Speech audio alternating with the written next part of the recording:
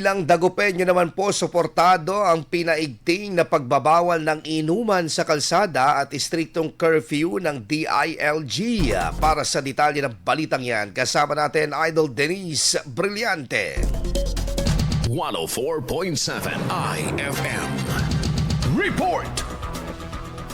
Sang-ayon ang ilang residente ng Dagupan City sa pinalawak na programa ng Department of the Interior and Local Government o DILG laban sa mga paglabag sa batas gaya na lamang ng pag-iinom ng alak sa kalsada. Ito ay matapos iulat ng ahensya noong Lunes, Abril 6 ang plano nitong pakikipag-ugnayan sa mga lokal na pamahalaan para paigtingin ang community ordinances. Kabilang sa mahigpit na ipinatutupad ang pagbabawal sa pag-inom ng alak sa lansangan at iba pang pampublikong lugar alinsunod sa Anti-Public Intoxication Act. Sang-ayon naman sa programa ang ilang Dagupeño katulad ni Mang Danilo Gomez ng Barangay Poblacion Oeste dahil makatutulong umano ito para masigurong ligtas sa mga bata at kabataan sa kanilang lugar. Important talaga yung mga ganyan dahil alam mo na maraming magnanakaw, maraming mga luko-luko. Mabuti na yung hipitan dito. Sobra wala nang gala-gala sa gabi.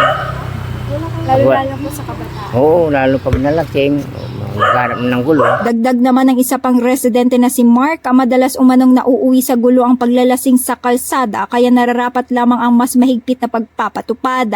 Mas maganda yung ma'am kasi makaiwas sa gulo. Bawal talaga uminom sa labas eh. Tapos wala ka pang damit tapos uminom ka.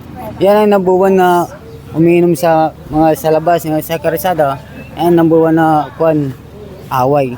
Pinahayag pa ng DILG, mahigpit din nilang ipinagbabawal ang paglalakad ng walang suot na pang-itaas sa pampublikong lugar. Mahigpit ding ipatutupad ang curfew sa mga menor de edad at paglilimita sa paggamit ng video okay hanggang alas 10 ng gabi maliban na lamang kung may permit at kung may espesyal na okasyon. Kasama mo mula rito sa IFM News Dagupan, ito si Idol Denise Brillante, Tatak, IFM.